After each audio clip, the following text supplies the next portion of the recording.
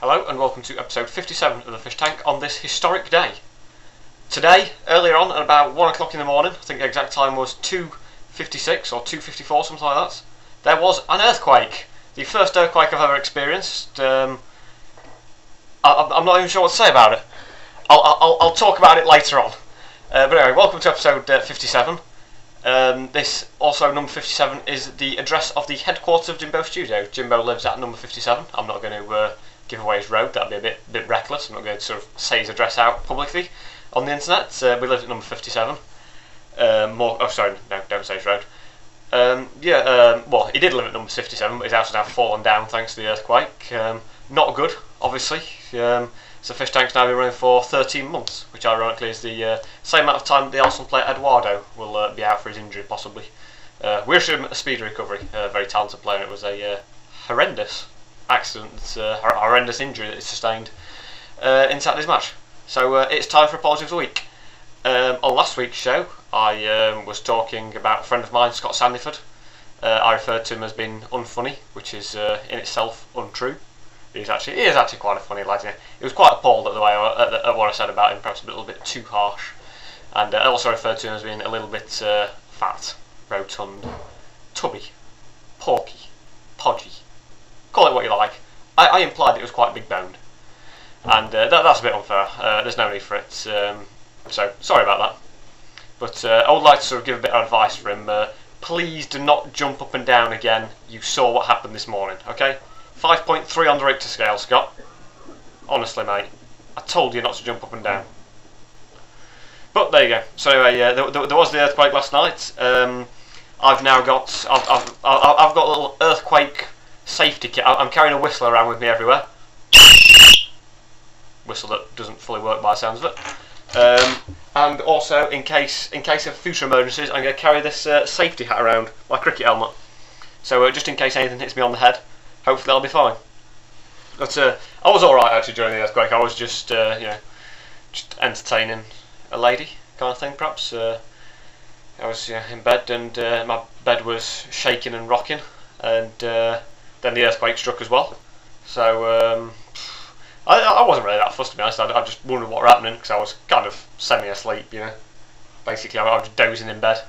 I thought like someone banging on my door or something, then realised it was an earthquake, then wandered out into the corridor and everyone was like, oh, it's an earthquake, blah, blah, blah, this, that and the other, and, One thing that was damaged was my origami swan, which was made by one of a Fish Tank fan, Rich, who is on my course, and he decided to make me an origami swan, and that's been damaged due to the earthquake. Can't swim anymore, can't fly, can't do anything. Queen's bird, rendered useless by an earthquake. So, what can you do? Also, actually, comments on last week's show about the collar that I was wearing.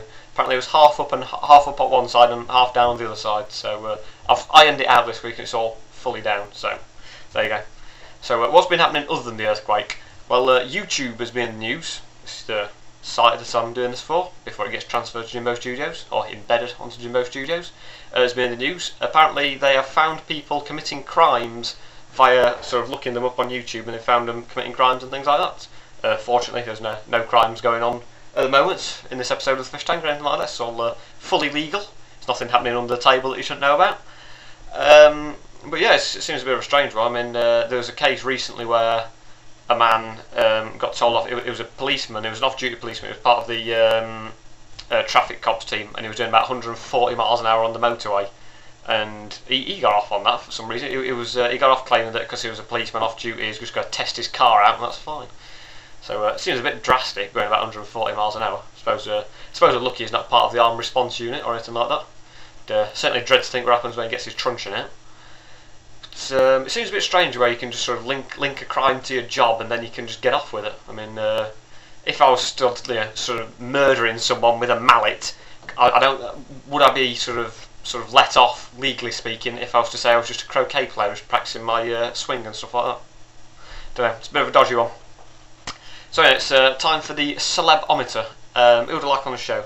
Well, there's been a lot of award ceremonies over the past couple of weeks. There was the Oscars, the Brits, and the Grammys over the last fortnight, I think. So perhaps if you've been a winner on any of those things, get yourself on the show. I know Amy Winehouse performed at the Brit Awards and also at the Grammys. She won a few Grammys. She was bitterly disappointed when she found out it was an award as opposed to just a couple of Grammys of something else that she might line up with a credit card. But yeah, so if you've won, get yourself on the show. Be pleased to see you and all that. And it's time for headline of the week now. And it's not actually a headline. It's a job advert that's been placed. It says part-time job, an unexpected vacancy for a knife throwers assistant. I mean, how on earth? Don't put this come up as an unexpected vacancy. That seriously makes it sound as though you had an old assistant and you threw a knife into her. It could possibly have happened. You never know. It could have been placed during an earthquake. Could have been stood there. Could have been shaking too much and launched a knife straight into his assistant. I'd say knife throwing is possibly the most dangerous thing to be doing during an earthquake. If you can think of anything more dangerous, then feel free to get in touch, leave a comment and tell us. And also tell me what you were doing during the earthquake, because we'll be interested to find out and all that. So it's time for Quote of the Week as well, which is by Steve Cram. He's commentating on the 200 metres Olympics race final, whatever. He says, pumping away, Marlon Devonish has got the Olympic champion inside him. So hopefully that's the inside lane as opposed to anything more disgusting and all that. So there you go. That brings an end to this week's historic, unique, dangerous fish tank on Earthquake Day. So it's February the 27th, will in the future known as Earthquake Day. So that's about it for this week's show. But before I go, I'll leave you with news that a circus performer who was made out of ice has had to retire from his trade after embarrassing himself during a performance. Apparently went and stood next to a radiator and made a pool out of himself. So there you go. See you next week. Goodbye.